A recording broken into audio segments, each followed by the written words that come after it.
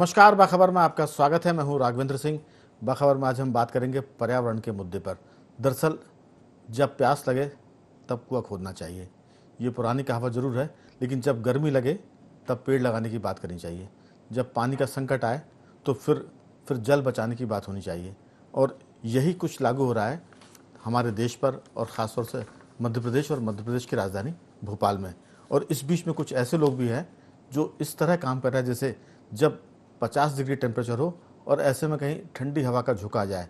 ऐसे काम करने वाले लोग भी हैं कि जो 50 डिग्री टेम्परेचर में पेड़ पौधे लगा रहे हैं, और उनका कामकाज इस पूरे गैर जिम्मेदार ज़माने में कुछ ऐसी जिम्मेदारी भरा है कि हम कह सकते हैं कि भट्टी के पास में किसी ने एक ठंडी हवा का झोंका हमें दे दिया हो या हम उस झोंके से लिपट गए हों, उसी तरह, या यूं कहें कि बहुत गर्मी में एक मटके का पानी मिल जाए जिससे आपको तृप्ति मिल जाए।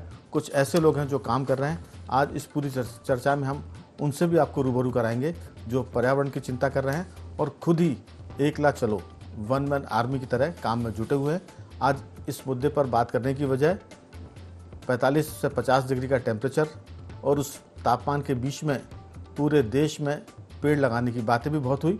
और जैसे ही बादल छाए, हल्की सी पानी की बूंदें गिरी, हम सब भूल गए। और एक गांव में कहावत है कि बादल देख के लोग मटके का पानी फोड़ देते हैं कि अब तो बारिश होने वाली है, तो मटका फोड़ दीजिए, कोई दिक्कत नहीं है। वैसे कुछ हमारे बीच भी गुजर रहा है। बारिश के संकेत मिले हैं, पानी गिरना शुरू नहीं हुआ है।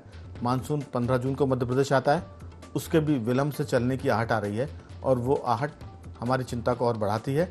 और उसी चिंता के बीच में कुछ ऐसे लोग हैं जो चिंता को कम करने में जुटे हैं, वन मैन आर्मी की तरह। मैं आपका उनसे परिचय कराऊंगा। स्टूडियो हमारे साथ मौजूद है हमारे 3 विशेष मेहमान। मध्य प्रदेश में राजधानी भोपाल के बीच सरकारी कर्मचारी नेता के तौर पर काम करने के साथ साथ पहाड़ों में पानी बचाने वाले और पेड़ पौधे लगाने वाले उमाशंकर तिवारी जी हमारे साथ मौजूद हैं। उमाशंकर जी, आपका बहुत बहुत स्वागत है। इसके साथ साथ मैंने पिछले बार आपसे परिचय कराया था, आज 2 उमा है हमारे साथ, एक उमाशंकर जी, एक उमाकांत जी। उमाकांत मिश्र जी हैं। दरअसल वो बैंक से रिटायर हुए हैं अधिकारी के पद से। पिछली बार मैंने कहा था कि वो सीनियर मैनेजर के साथ एजीएम की जैसी पोस्ट से वो काम करके आए हैं। उमाकांत जी का भी बहुत बहुत स्वागत है। और सामाजिक सरोकार के मामले में सड़क से संसद तक चिंता करने वाले कमल राठी जी हमारे साथ जुड़ गए हैं। कमल राठी जी का भी बहुत बहुत स्वागत है।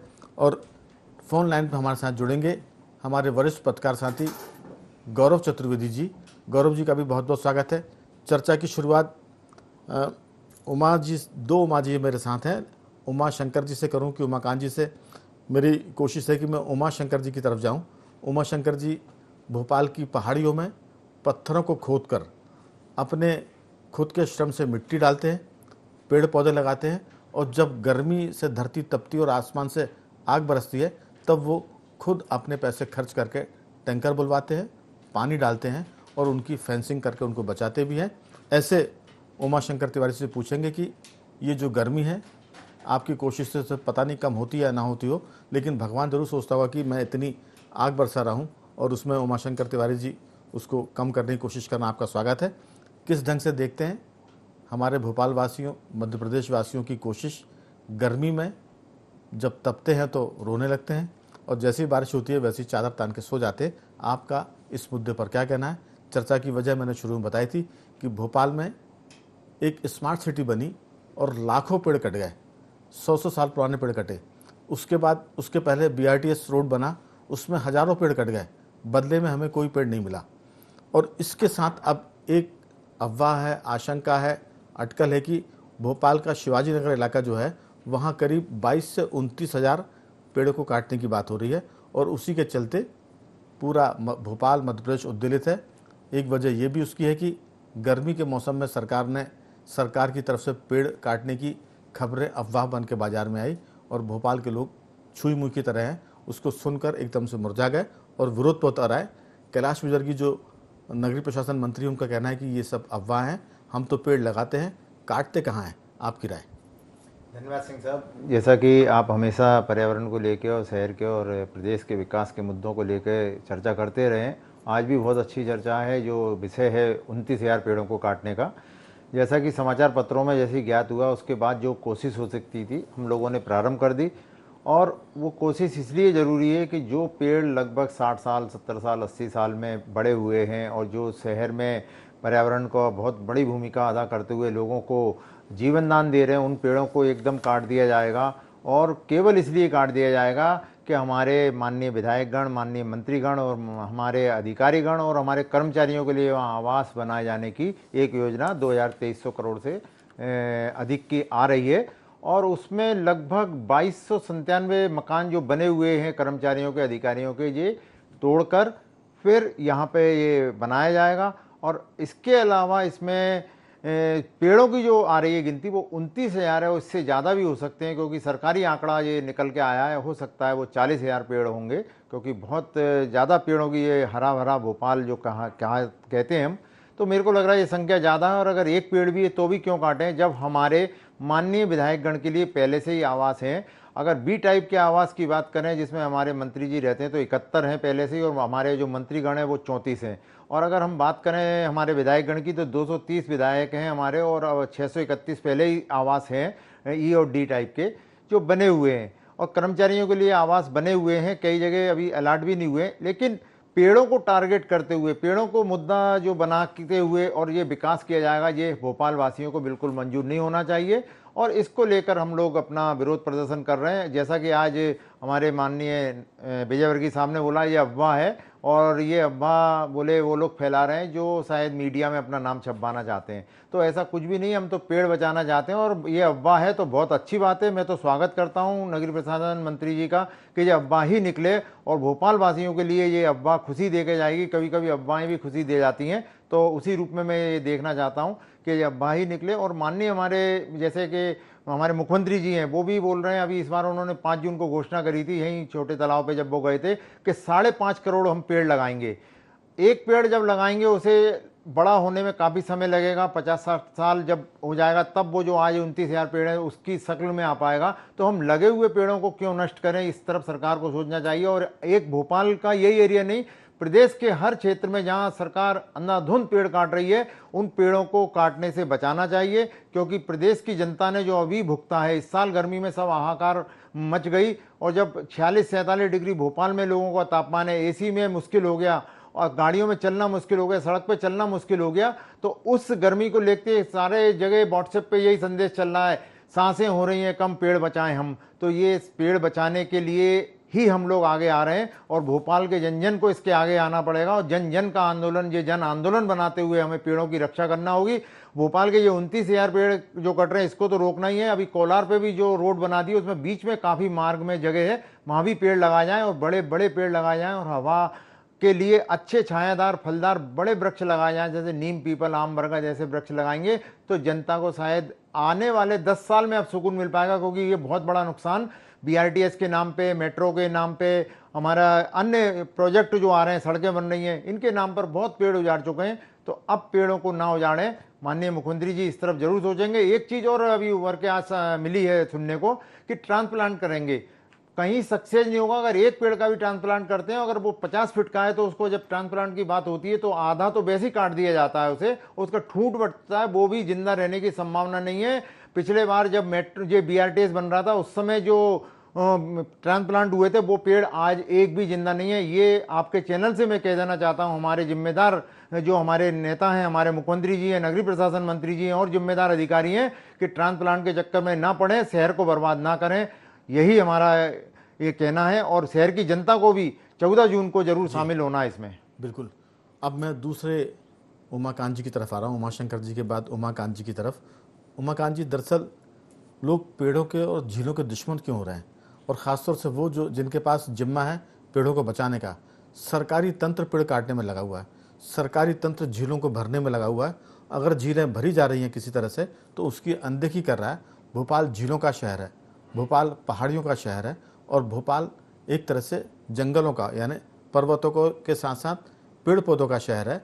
इसकी खूबसूरती के लिए लोग कहते हैं कि ये जन्नत की तरह है। लोगों ने कश्मीर तो नहीं देखा है, लेकिन यहाँ की भोपाल की वादियाँ, अगर कोई मुंबई का आदमी आता है बॉलीवुड का तो वो उसका दीवाना हो जाता है। लेकिन हर साल झीलें छोटी हो रही है, पेड़ घटते जा रहे हैं, सड़कें बढ़ती जा रही है, और तापमान जो है वो आसमान आग उगल रहा है और धरती तप रही है।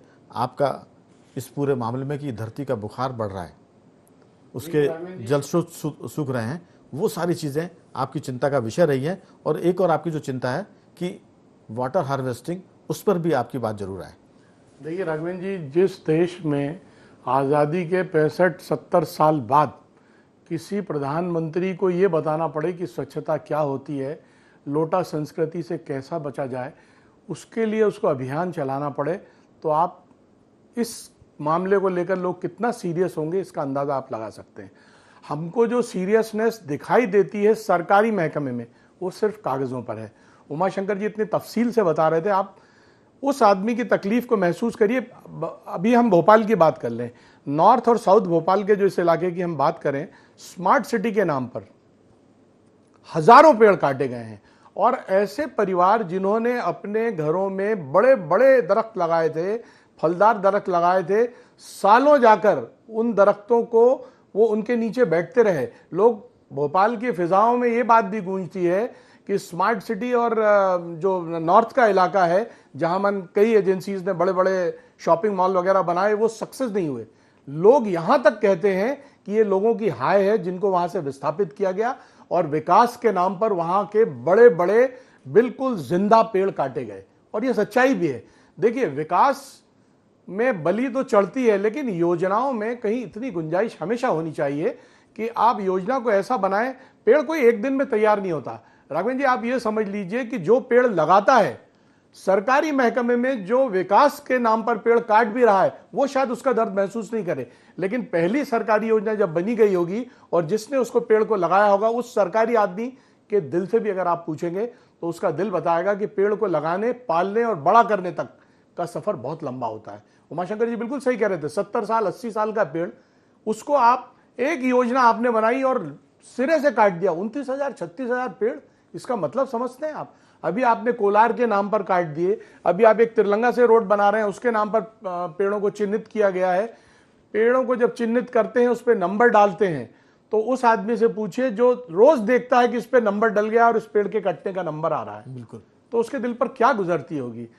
तो ऐसा ही कोई प्रधानमंत्री, ऐसा ही कोई मुख्यमंत्री, ऐसा ही कोई जागरूक आदमी आए। हम तो यही चाहते हैं जो उस तकलीफ को समझे, जैसे स्वच्छता की तकलीफ को किसी ने समझा और सिरे से मिलाया, ऐसे ही पर्यावरण को समझे, वरना तो बहुत मुश्किल है। 50 क्या है, आप तो पिघलने तक की स्थिति में आ जाएगा मनुष्य। तब तक आप काटते रहेंगे, आप अपना इंतजाम करते रहेंगे और जो जनरल आदमी में मरता है वो मरता रहे। मुझे तो ऐसा लगता है। बिल्कुल।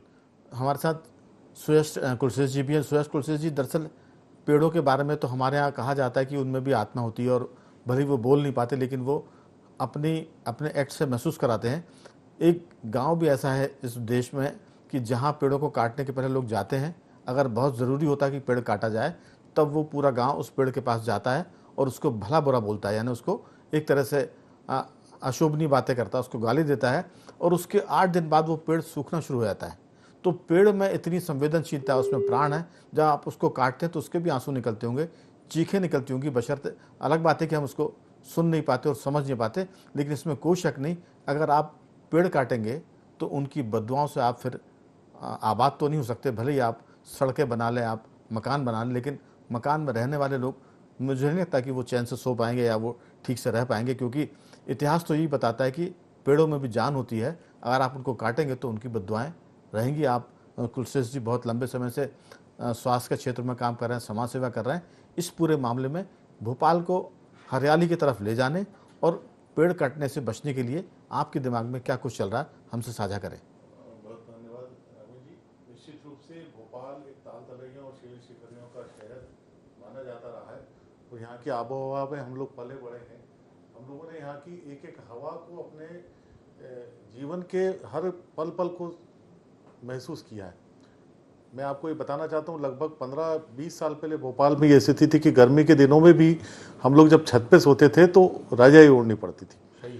तो ये बर्बादी कहाँ से शुरू हुई? निश्चित रूप से राजधानी बनी, राजधानी में नए नए निर्माण कार्य हुए।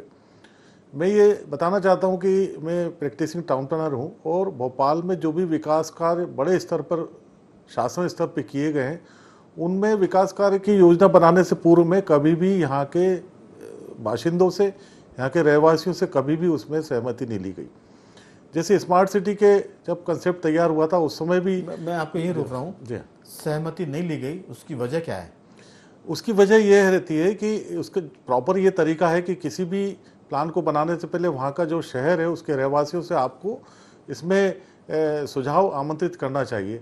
किसी अगर भी नहीं करते हैं तो नहीं करने की वजह क्या है? इसकी वजह यह है कि इसमें एक हाई प्रोफाइल जो माफिया रहता है वो टॉप लेवल पे दिल्ली से पूरा प्लान करके आता है और उनको गोल्ड है, ये भोपाल का एक स्वर्णिम क्षेत्र है, शिवाजी नगर और नॉर्थ टीटी नगर साउथ। बिल्कुल। ये शुरू से इनकी राक्षसी प्रवृत्ति की निगाह इस पर डली हुई थी और यहाँ के निवासियों से बार आपसे इसलिए सवाल कर रहा था, जी आपसे इसलिए नहीं पूछा जाता क्योंकि आपकी हैसियत नहीं कि आपसे पूछकर आपकी राय ली जाए। जी एक बात, पहले तो भोपाल के बाशिंदों को अपनी हैसियत बढ़ानी पड़ेगी।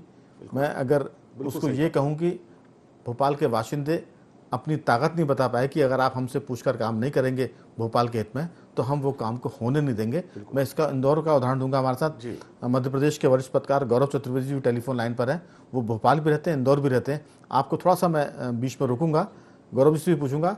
गौरव जी, इंदौर एक मध्य प्रदेश में ऐसा शहर है, अगर इंदौर में आप राजवाड़े की एक ईंट निकालेंगे तो पूरा इंदौर सड़क पर आ जाता है। अगर उसकी मर्जी के बगैर आप कोई डेवलपमेंट करेंगे तो इंदौर के बाशिंदे उसको होने नहीं देते। उन्होंने ये बता के रखा कि अगर आप यहाँ की आब हवा में, यहाँ की फिजा में कुछ करेंगे तो उसमें हमारी सहमति जरूरी है। भोपाल के बाशिंदों ने ये हैसियत नहीं बताई, इसलिए उनको कचरे कूड़े की तरह रखा जाता है और जो मर्जी होती है वो हुक्मरान करते हैं, अफसरान करते हैं। इसलिए भोपाल के बाशिंदे जब तक ये बताएंगे नहीं कि हम जिंदा हैं तब तक आपको रौंद कर लोग काम करेंगे। मैं गौरव जी आपसे पूछूंगा, फिर मैं आऊँगा सुयश जी की तरफ। आखिर क्या वजह है कि भोपाल राजधानी भी है और यहाँ पेड़ भी कटते हैं, तालाब भी भरे जाते हैं, पहाड़ भी काटे जाते हैं और कोई उफ भी नहीं करता? आपकी राय? राघवन जी, अगर सही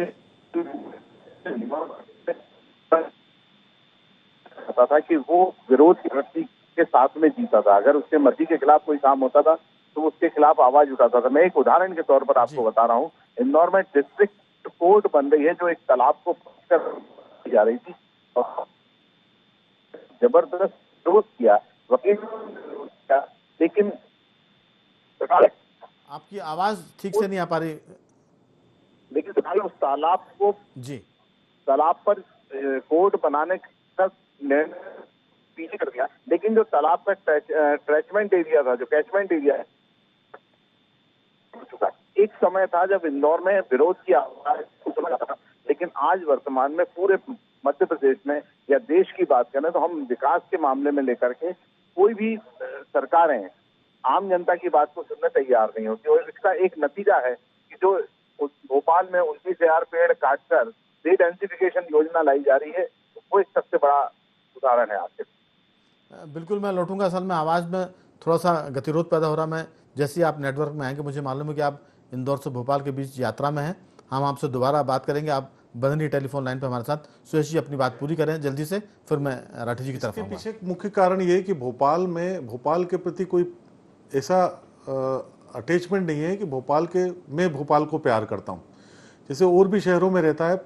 यहाँ पर अधिकांश लेकिन ये बात तो 75 साल हो गई, अब तो लोग यहाँ पैदा हुए, यहाँ मरने लगे, तो अब वो चीज़ नहीं है कि भोपाल से कोई फिर भी अभी इस भावना की कमी है कि जी। भोपाल के प्रति लगाव कम है। हम लोग सामाजिक दृष्टिकोण से देखें तो जब भी इस प्रकार की अपील आती है, जैसे अभी 29,000 पेड़ों को काटने की जो खबर आई है, आप विश्वास नहीं करें, हम लोग इसके लिए बहुत प्रयास कर रहे हैं, जन चेतना के लिए, जन सहयोग के लिए, पर फिर भी जो वहाँ रह रहे हैं उन तक को इस बात की चिंता नहीं कि हमारे घर के पास का पेड़ कट जाएगा तो हमें कितनी परेशानी होगी। आसपास के क्षेत्र के रहवासियों को चिंता नहीं है, उनको कोई परेशानी नहीं है। आज ये सोचिए कि एक पेड़ लगाने में कितना खर्चा आता है।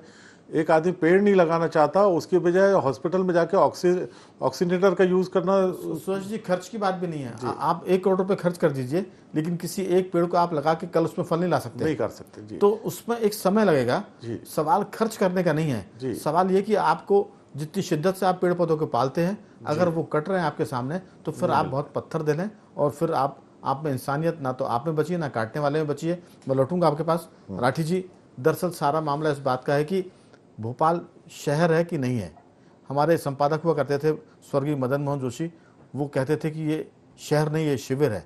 यहाँ बाहर से लोग आते हैं ट्रांसफ़र होकर, यहाँ पोस्टिंग पाते हैं उनका तबादला होता है, वापस छोड़ कर चले जाते हैं। तो ये तो एक तरह का शिविर है, कैंप है, लोग कैंप में रहते हैं और चले जाते हैं, इसलिए लोगों को इससे मोहब्बत नहीं है। लेकिन ये गुजरे ज़माने की बात है। अब लोगों की 2-2 पीढ़ियाँ यहाँ गुजर गई हैं, 3-3 पीढ़ी गुजर गई है। अब लोगों को शहर से मोहब्बत भी है और आज हम इस पर 5 लोग बात कर रहे हैं तो ये इस शहर से मोहब्बत की वजह से कर रहे हैं। अब मुझे लगता है कि वो कहना थोड़ा जाती हो जाएगी यहाँ के लोगों के साथ कि लोगों को इस शहर से मोहब्बत नहीं है। आलसी ज़रूर है, थोड़े से उदासीन है, लेकिन मोहब्बत तो करते हैं। आपकी राय?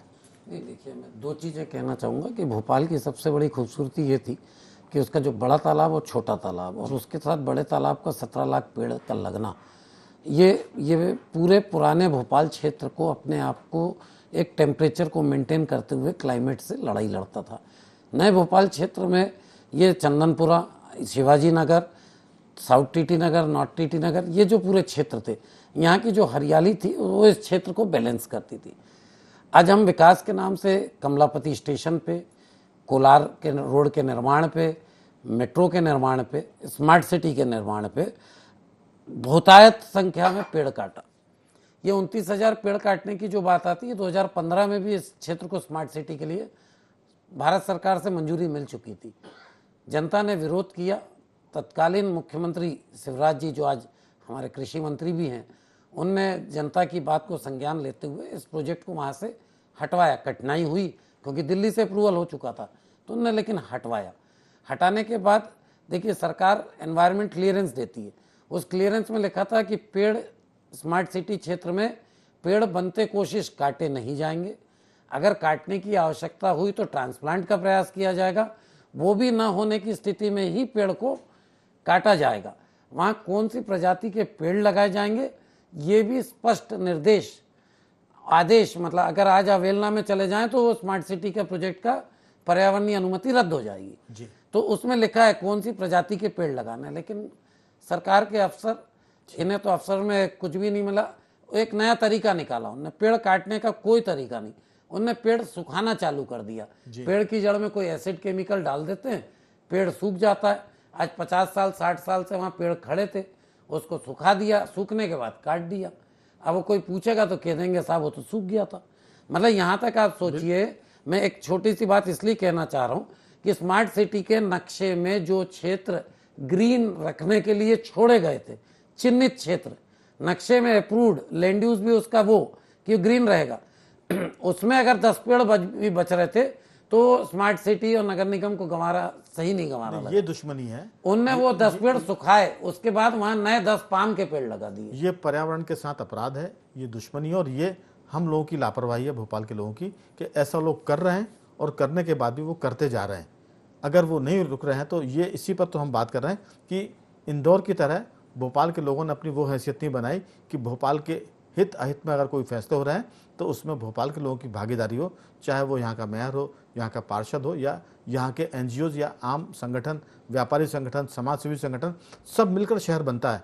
किसी एक संस्था से शहर नहीं बनता है, एक मोहल्ले से शहर नहीं बनता है। समय की कमी है। पहले दौर की बातचीत में पर्याप्त समय दिया है, क्योंकि आज विषय ऐसा है कि हम हर आदमी की बात सुनना चाहते हैं।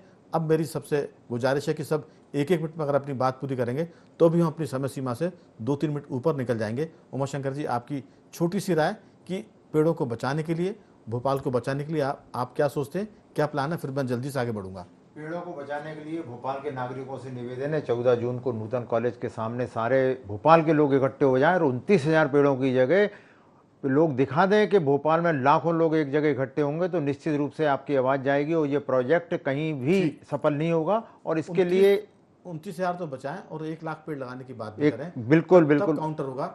हमारे साथ गौरव जी जुड़ गए। गौरव जी, आपकी बहुत छोटी सी राय, भोपाल इंदौर दोनों को आप जानते हैं, जल्दी से आप अपनी बात करें।